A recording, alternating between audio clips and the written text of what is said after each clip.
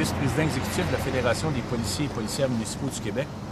Alors, la Fédération des policiers et policières municipaux du Québec intervient aujourd'hui dans le dossier pour une raison qui est fort simple.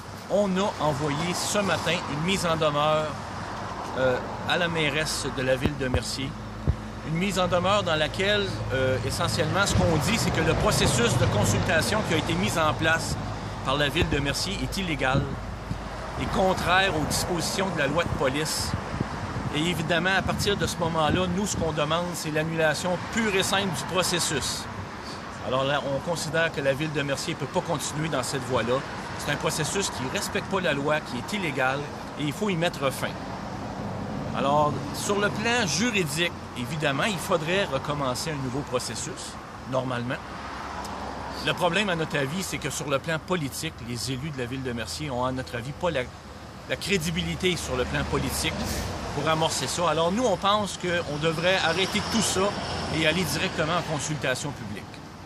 Parce que, écoutez, il y a plusieurs, mais vraiment plusieurs items de la loi qui ont été carrément ignorés.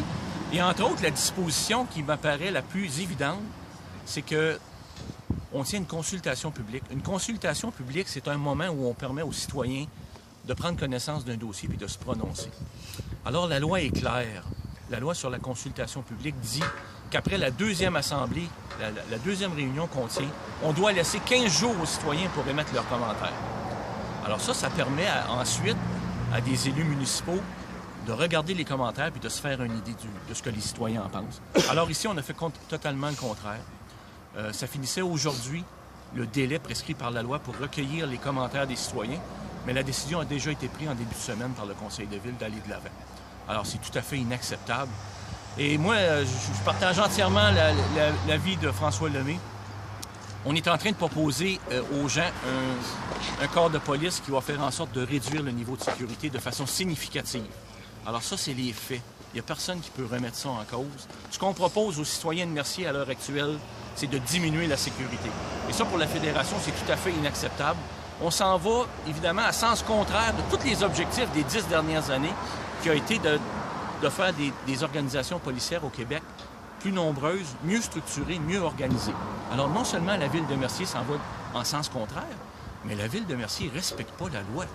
Alors ça, c'est tout à fait inacceptable. Et moi, quand j'entends la mairesse qui me dit qu'elle est préoccupée par la communication avec ses citoyens, bien moi, je lui demande de refaire ses devoirs puis de prendre en considération qu'actuellement, elle tente d'imposer son projet et ça ne peut pas fonctionner comme ça.